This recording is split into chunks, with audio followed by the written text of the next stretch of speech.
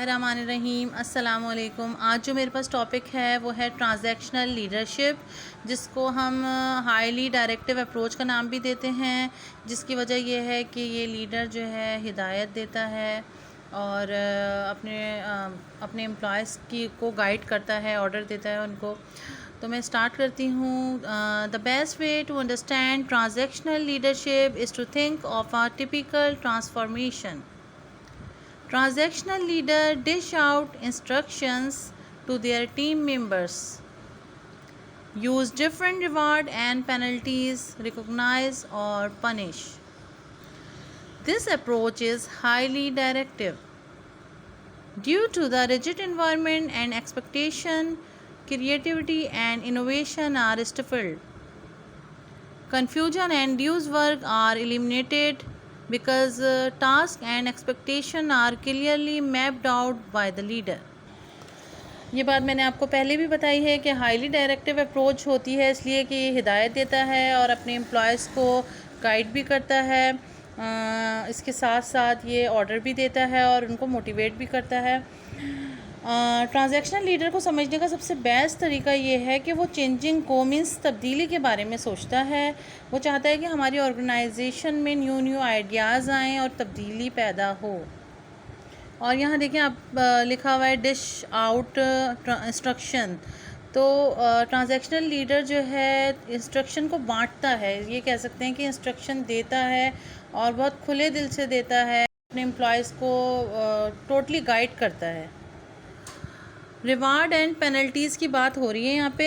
Means के वो अच्छी कारकर्दगी के बायस वो अपने एम्प्लॉयज़ को इनामात देता है। इनामात किसी भी शक्ल में हो सकते हैं, उनके रैंक को हाई कर सकता है। इनामात रिसोर्सेज की शक्ल में भी हो सकते हैं और किसी रैंक की शक्ल में भी। इसके अलावा बेहतर काम ना होने की सूरत में वो पनिश भी देता है। पनिश ये भी हो सकती है कि वो ऑर्गेनाइजेशन से ही आउट कर दे या उसको उसके रैंक में, उसके एम्प्लॉय के रैंक में फ़र्क आ जाए या उसको प्रॉपर इंस्ट्रक्शन ना दे। ये पनिशमेंट भी हो सकती है और पनिशमेंट किसी भी शक्ल में हो सकती है। चूँकि ट्रांजैक्शनल लीडर ने अपनी ऑर्गेनाइजेशन में बहुत रिजिड एनवायरनमेंट रखा होता है और उसने ट्रांजैक्शनल लीडर जो है एक्सपेक्टेशन बहुत रखता है अपने एम्प्लॉय से, अपने फॉलोअर्स से।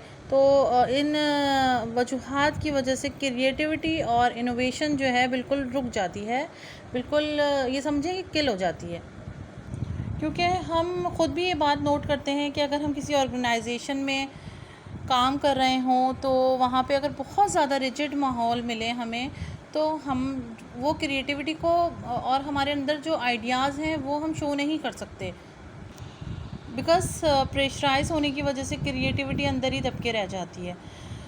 अब बात हो रही है कन्फ्यूजन एंड ड्यूज़ वर्क की। तो कन्फ्यूजन और जितने भी कन्फ्यूजन और ड्यूज़ वर्क वाजिबात के जो काम होते हैं वो टोटली लीडर के ज़रिए जो है एक मैप बना हुआ होता है, उसका क्लियर मैप होता है। तो हम ये कह सकते हैं कि ट्रांजैक्शनल लीडरशिप जो है इसका जो सबसे मेन पॉइंट ये है हमारे पास कि ये लीडर जो है वो रिवार्ड और पनिश की बेस पर जज करते हैं अपने एम्प्लॉय को और इसी बेस पर वो उनको जो है वैल्यूज़ देते हैं या पनिश देते हैं।